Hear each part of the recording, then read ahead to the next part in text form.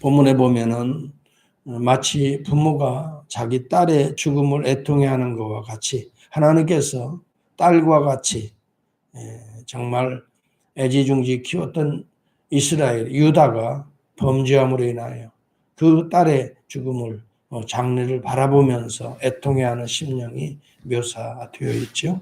왜 이와 같이 이스라엘과 유다 하나님의 진실한 사랑을 받고 정말 하나님의 은혜와 축복을 받은 이 자녀들이 망하게 되는가?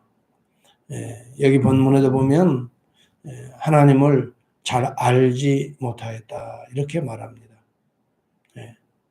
하나님은 거룩하신 분이고 또 하나님은 거룩하시기 때문에 불의한 것들에 대해서는 용납하지 않는 분이시고 하나님은 그럼에도 불구하고 사랑의 하나님이신데 하나님 앞에 돌아오는 자들은 오늘도 품으시고 또 때로는 그들의 죄악으로 인하여 녹이고 연단시키지만은 그러나 구원하시는 하나님이신 이 메시지를 계속 증거하는 것은 돌아오라라고 하는 또 다른 역설적인 하나님의 마음인 거죠. 여기 본문에도 보면은 너희가 나를 알지 못하였다. 3절에도 그런 내용이 나와요.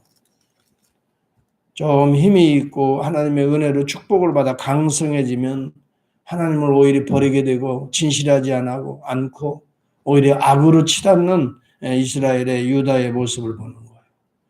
하나님은 두 가지입니다. 하나님 사랑, 이웃 사랑이거든요. 진짜 하나님 알고 사랑하는 자는 이웃에 대해서 함부로 행동할 수가 없어요. 여러분, 하나님은 사랑과 공의 하나님이세요. 정말 이 땅에서도 그 아버지의 사랑과 공의가 우리에게서 또 우리 가정에서부터도 실현되기를 원하고 또 이웃에게 나눠주기를 원하는 거예요. 그런데 여기 이스라엘 백성들을 강성할 때마다 자기의 배만 부리고 이웃들을 속이고 진실을 말하지 아니하고 오히려 혀로 이웃들의 관계를 헐어버렸다. 악으로 저들을 비방하였다. 이런 내용들이 계속해서 4절, 5절, 6절 너희는 각기 이웃을 조심하며 어떤 형제든지 믿지 말라 이렇게까지 말. 형제마다 완전히 속이고 이웃마다 다니며 비방함이라. 참 이거 조심해야 됩니다. 이웃을 사랑하지 못할 망정 형제를 비방하는 것은 속이는 것입니다. 이것은 하나님을 비방하는 것이요 속이는 것이나 똑같습니다. 이웃에게 행동하는 이런 것이 지금 하나님께 행하는 것이라 하나님께서는 그렇게 간주하기 때문에 이것을 언급하면서 이야기하고 있는 거예요. 형제들도 믿지 말라. 형제들이 속인다는 거야. 참 이런 사회를 우리는 지금 맞이하고 있어요. 정말 형제는 피를 나는 자들 아니니 어찌하든 마음의 아픔을 서로 닦아주고 씻어주고 그래도 부족한 게 형제죠. 여러분 형제들마다 우리 때는 거의 7, 8명들이 다 형제잖아요. 어떻게 다 부모가 일일이 우리 시대에는 다 이렇게 정말 케어할 수가 없잖아요. 그냥 큰형, 둘째 형 정도 키워놓으면 그 형들이 그 다음에 동생들을 또 이렇게 케어하면서 가정이 이렇게 세워지고 그런 시대를 우리는 살아요. 오히려 그런 시대가 더 좋았던 것 같아요.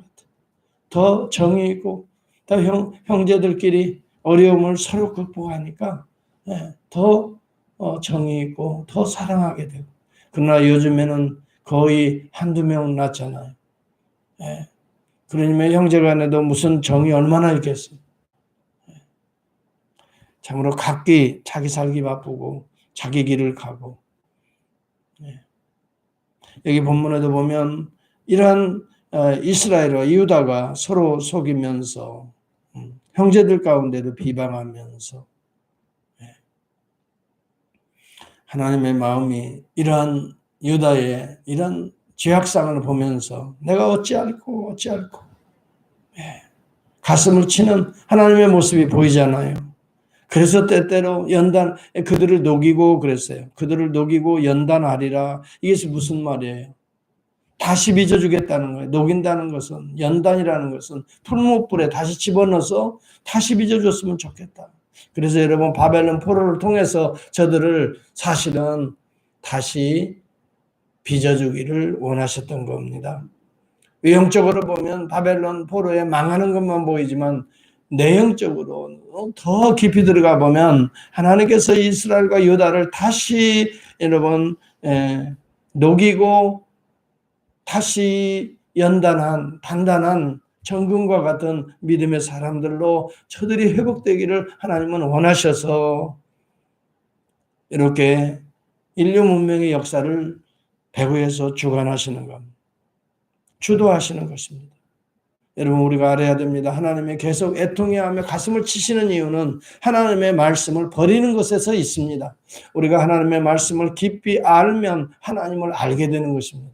하나님의 말씀을 깊이 알지 못하는, 제가 여기 안다는 바는 여러분, 우리가 야다라는 히브리어를 쓰고 헬라어는 기네스코라는 단어를 씁니다. 머리로 지식적으로 아는 게 아니에요. 성경 좀 봤다고, 설교 좀 많이 듣고 신앙생활 오래 했다고 아는 게 아니에요. 설교 많이 했다고 아는 것도 아니에요, 사실. 정말 그 하나님이 내 가슴 속에 스며들어서 여러분, 눈을 뜨나 눈을 감으나 하나님의 뜻이 무엇인가 내 발걸음을 통해서 움직여서 여러분 행동하고 말하는 모든 것들이 하나님의 음성이 되고 하나님이 말하는 것처럼 말하게 되고 힘들고 어렵지만 우리 주님이 가신 그 길을 고집하며 끝까지 싸우며 나아가는 그런 모습 속에서 여러분 하나님을 아는 거예요. 여러분, 어차피 이 세상은요 우리에게 환난과 핍박을 주는 것이지 이지웨이로 우리를 그냥 하나님 잘 섬기고 그냥 멋있게 그렇게 살도록 그냥 놓아두지 않아요. 이 세상이 악하고 어둡기 때문에 부정과 불의가 있고 정상적이지 않기 때문에 인간이 타락했기 때문에 오늘 우리의 삶이 힘들어진 거 아니에요?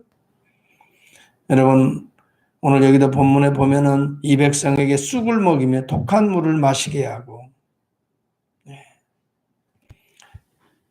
참으로 이러한 쓴뿌리가 오늘 우리 안에 존재하고 있잖아요. 이것이 우리의 죄악상 때문이에요. 우리 하나님께서는 이러한 것들을 잘 생각해보고 돌아오라는 것입니다. 17절 이하에도 보면 너희는 잘 생각해보고 정말 오늘도 저와 여러분이 습관을 좇아서 이 시간 예배드리는 것이 아니라 정말 잘 생각해 봅시다. 오늘 말씀하시는 하나님의 말씀 잘 생각해 봅시다. 세상적인 지혜를 자랑하지 말고 좀 뭐 안다고 여러분 교만해하지 말고 뭐 좀 있다고 돈 좀 있다고 여러분 교만하지 말고 권력 좀 있다고 자랑하거나 이것을 의지하지 말라. 23절에도 그렇게 말합니다.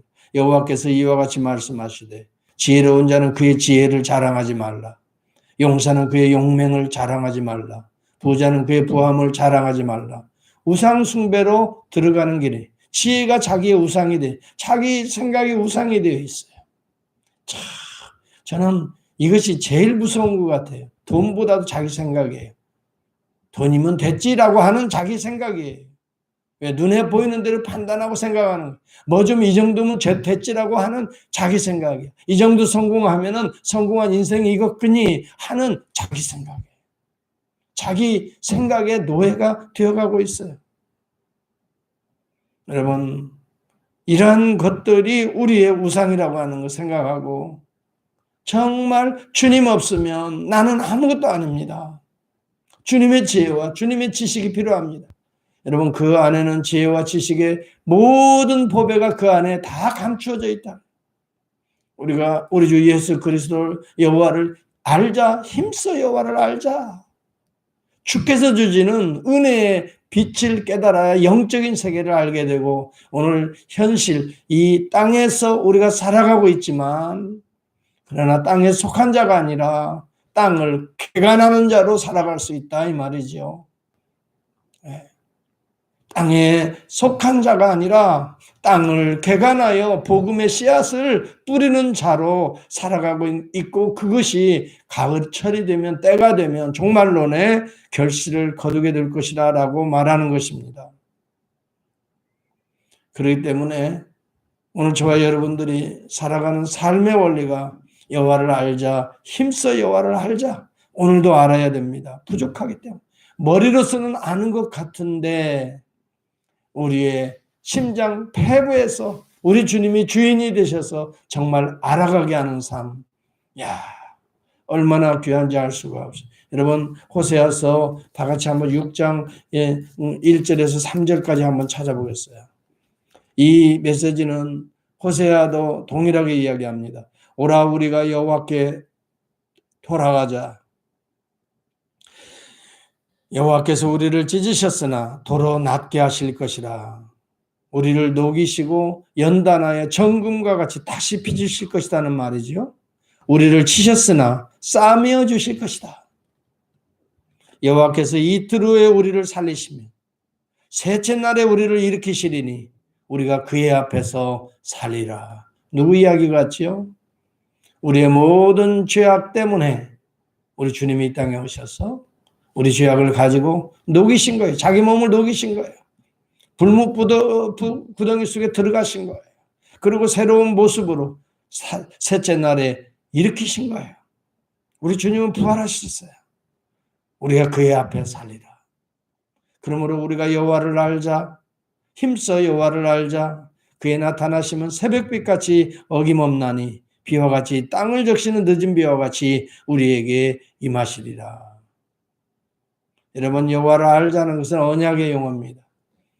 이 알자라는 말, 연합하자는 말이에요. 단순히 머리로 깨닫는 것이 아니라 정말 우리의 가슴 속에서 연합된 모습으로 그리스도의 모습이 나타나도록 살자, 이 말이 되겠어요?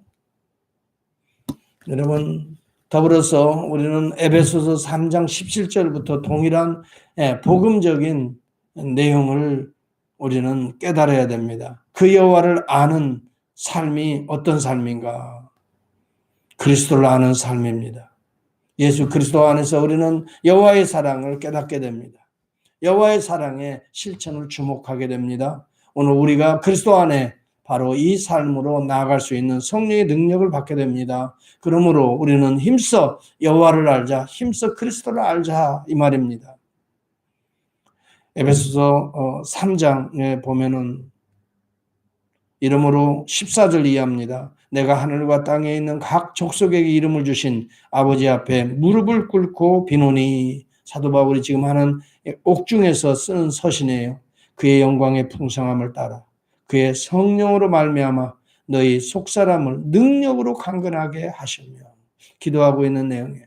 믿음으로 말미암아 그리스도께서 너희 마음에 계시게 하시었고, 너희가 사랑 가운데서 뿌리가 박히고 터가 굳어져서 능히 모든 성도와 함께 지식에 넘치는 그리스도의 사랑을 알고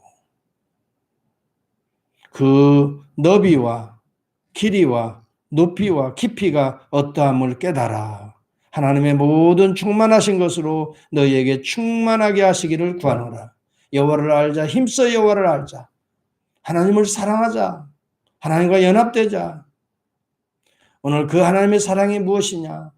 오늘 이 땅에 그의 아들을 보내시고 그를 통해서 우리를 대속하신 하나님의 사랑을 알자. 그의 고난을 통해서, 그의 매맞음을 통해 우리를 낫게 하시는 그 하나님의 사랑의 깊이를 알자. 그 사랑의 넓이를 알자. 영원토록 우리 주님은 우리를 사랑하신다고 했어요.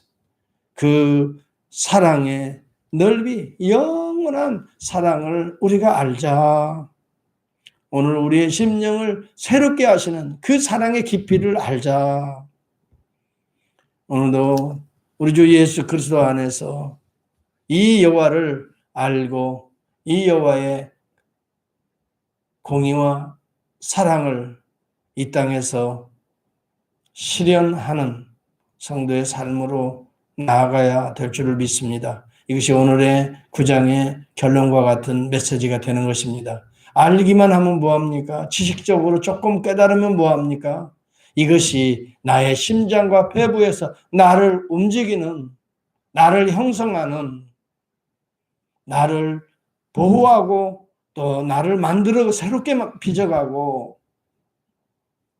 또 내 인생의 가장 가치와 의미를 부여해주는 그러한 진정한 의미의 우리의 그리스도의 지혜와 지식의 보배인 것입니다.